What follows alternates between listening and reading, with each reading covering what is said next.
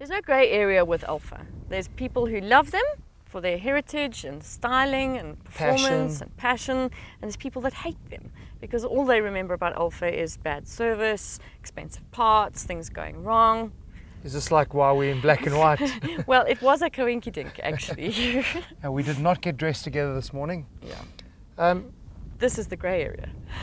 Actually, it's not a grey area. It's all white. It's all angel. It's beautiful. Well, I think this is hopefully going to be the thing, the brand, the car, the Giulietta, that gets some colour coursing through the Alfa veins again.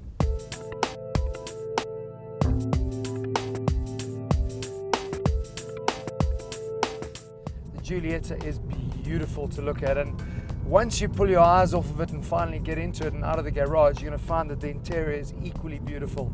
It's something that Italians just, I don't know, seem to have their finger on the pulse every single time, because everything is beautiful, fresh.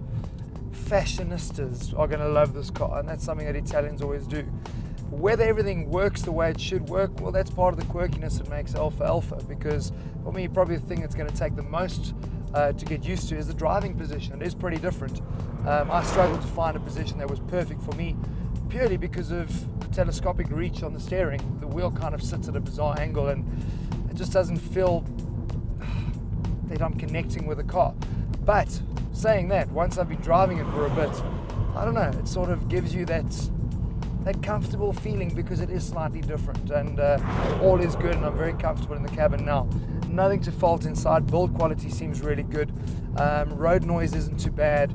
So you're going to love your Alfa Giulietta inside, and you're going to love it outside. But enough about fashion and design, because we actually do want to drive the Alfa Giulietta. So what's important to us is obviously what's under the hood. Alfa's brought out 3 models, starting with a 1.4 TDI, which gives you 88 kilowatts. Middle of the line is a 1.4 multi-air with 125 kilowatts. And the big daddy that we're driving in is the 1750 TBI, which pushes out 173 kilowatts. Very, very impressive from that small engine. Obviously the middle two both being turbos.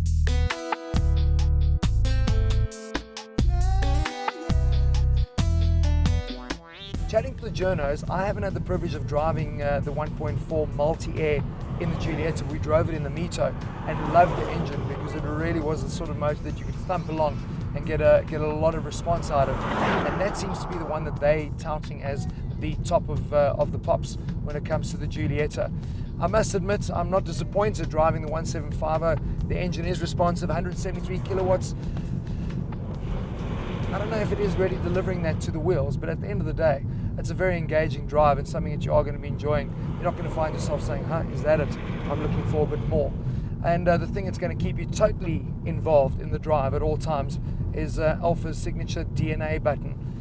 Cruising in normal mode, it's quite significant, the change, as soon as you pop it into D for dynamic. From the throttle response just to how the weighting of the wheel improves. So if you are wanting to get the most out of your Alfa and drive it with real passion and drive, D is where you're going to want to put it in. But fuel consumption, not so great when you are thumping it around in D mode. But really, I think Giulietta has done what Alfa needed them to do, build a solid car. What we now need to get people to do is to actually get into Alfas, into Giuliettas, and believe that it's a car that you can drive every day without the headache. I think the biggest thing that's going to sell this Alfa is the fact that they've now got this 5-year, 150,000 Ks warranty, because that was kind of the thorn in the side of Alfa. Yeah, that was their Achilles heel, wasn't it? Yeah. It's just so weird. I mean, always when we test cars, we're always going on about how beautiful it looks in the lines, and that's what's going to sell the car. But yeah. Alfa's never ever had a problem there. I mean, no. You look at them, you want to make love to the bloody things. And this is also, it's a great celebration of their centenary last year. I mean, I've had the key in my hand the whole time, because it's the kind of car you actually want to take home, that you want to keep driving. Yeah. There are a couple of quirky things about it when you're inside it, but I don't know, the more you drive it, those quirky things are what make it unique. Absolutely. And I think that's where a lot of other manufacturers probably miss that. Well, that's also what made Alfa, yeah. Is that it was a little bit different, a little bit quirky, yeah, unique.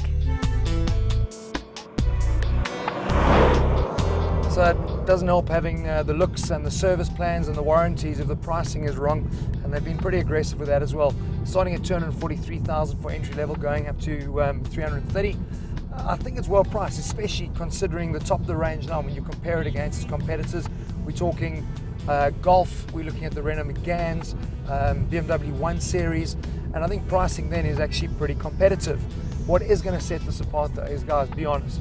You see so many Golfs on the road, they don't really jump out and go, wow, look at me. The Alfa Giulietta is something that is going to turn heads. It's a beautiful car, it's well styled. I think it's certainly deserving of everyone's attention. Well done, Alfa.